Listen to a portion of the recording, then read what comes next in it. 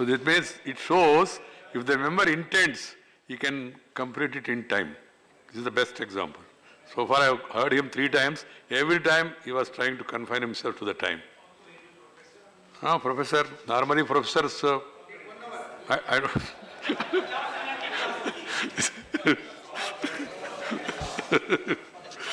See, Narendra Yadav ji, Professor Dr. Narendra Yadav. Thank you. Thank you, Chairman. You have 2 minutes, please. Okay. Thank you, Chairman, sir, for giving me this opportunity to address this August House on this very important bill. I rise to wholeheartedly support this bill. This is a very important moment in our history as we finally attempt to grant constitutional status to the establishment of the National Commission on Backward Classes. Mr. Chairman, sir, the other backward classes, OBCs of this country, have been kept on the fringes of state policies with respect to reservations in education and employment for a very long time. In 1980, the Mandal Commission had recommended 27% reservation to socially and educationally backward classes in the central government post and public universities. In 1993, the Supreme Court in the case of Indira Sawhney acknowledged the need for implementation of separate reservation of OBCs in central government jobs. This constitutional amendment bill that is being deliberated upon today is a definite step in a positive direction. Setting up of the National Commission on Backward Classes will ensure, sir, that first, that the rights of socially and economically backward classes are upheld. Secondly, it provides a forum to inquire into specific complaints regarding deprivation of rights and safeguards of the socially and educationally backward classes. Third, it establishes a body to evaluate issues faced by socially and educationally backward classes and submit recommendations in the form of reports to the union and state governments.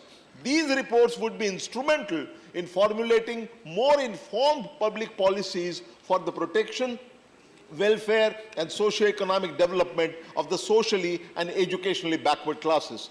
Having said that, Chairman, sir, I take this opportunity to make 3 suggestions. First one is the need to release the data on socio-economic caste census.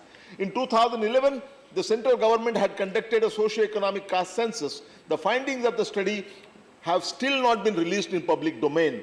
The Mandal Commission report in 1980 had estimated 54% of the Indian population, exclusive of scheduled castes and scheduled tribes, belonging to the castes and communities that they were backward.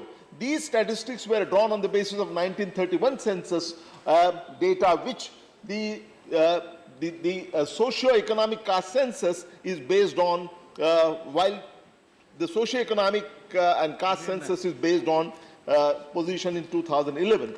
It is very important to fix the basis on which the basis is fixed on the share of a set of communities in comparison to the total population.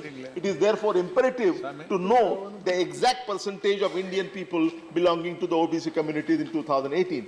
Second suggestion, sir, is that there is an issue regarding subcategorization of OBCs. A 5-member commission under Justice Rohini was set up by the Government of India in October 2017, and that report has still not come out. I have 2 suggestions. Firstly, the central government should release the data with respect to socio-economic and caste census immediately. Secondly, please conclude. Once the report, 30 seconds, sir. Once the report of the Rohini Commission is released, the central government should take an immediate action and draw the correct list of OBCs along with the subcategorization of OBCs in the Indian population. This would help delineating beneficiaries of welfare schemes of OBCs.